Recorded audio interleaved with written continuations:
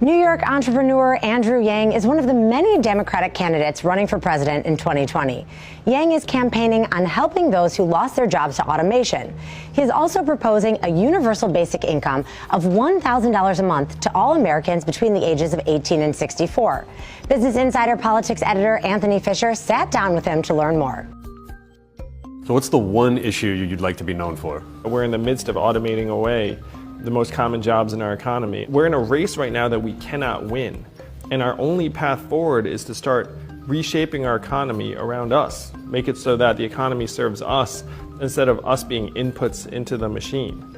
And if we succeed in this, then we can give rise to a human-centered economy, a trickle-up economy from people, families, and communities up.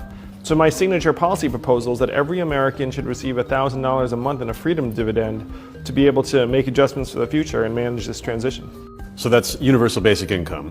Why do you think that would be better than, say, a jobs guarantee? Well, a universal basic income is much easier to administer and much more powerful and effective at getting resources into people's hands. Let's say tomorrow the federal government said, oh, we're going to administer a jobs guarantee. You'd have to set up this massive bureaucracy and infrastructure. So if you're going to make a move and you're going to make it actually work, a universal basic income is a much more powerful and effective way to go. You also proposed the idea of an ombudsman, that would be part of the FCC, who would punish news outlets for running fake news. Can you talk a little bit about that? If you look at the threats to our democracy, one of them is just rampant misinformation. And it's one thing to make a mistake, we all make mistakes, but it's another thing to purposely try and misinform a segment of the American public to undermine our democracy. You need to have some sort of penalty for purposely spreading false information. You want Puerto Rican statehood, which the majority of Puerto Ricans want as well. Why is the issue of statehood so important? Well, if you look at what's happened in Puerto Rico, they've never recovered from the hurricane, and they're weighed down in part by billions of dollars of debt held primarily by hedge fund investors. In order to help the Puerto Rican people recover, you need to get the debt off their backs. And so if they had statehood, then they could say, look, we can actually expunge or renegotiate much of this debt through a bankruptcy proceeding, which is what other states would do.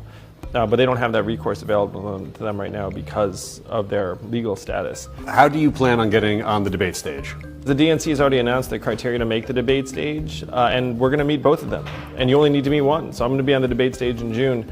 The first criteria is polling at 1% either nationally or in the early states, and we're already polling at 1% nationally, according to Monmouth. And the second criteria is getting 65,000 individual contributors by May 15th. And as we're sitting here together, we're at about 46,000. We're getting another 1,500 a day or so. So we should be past the 65,000 donor threshold in about a month. So I'm going to be on the debate stage in both June and July.